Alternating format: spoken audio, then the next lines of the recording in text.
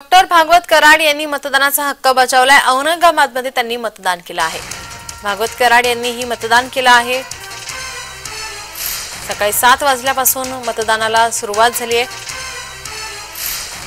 औरंगाबादमध्ये या ठिकाणी भागवत कराड यांनी मतदान केलंय।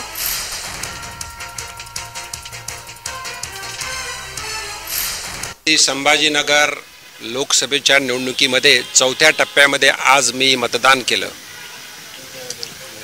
मतदान सकाळी 7 ला सुरू झालं आणि एक केंद्रात जरी मंत्री असलो तरी एक भारतीय जनता पार्टीचा कार्यकर्ता म्हणून 2034 बूथ या लोकसभेमध्ये आहेत। काल रात्री रिव्ह्यू घेतला होता आणि आज सकाळी आम्ही जी जबाबदारी पदाधिकाऱ्यांना दिली होती सगळ्यांना फोन करून विचारलं व मतदानावरती आपले बूथ लागलेत का, आणि सर्व ठिकाणी आमचे महायुतीचे बूथ लागलेले होते। सर्व ठिकाणी कार्यकर्ते उपस्थित होते।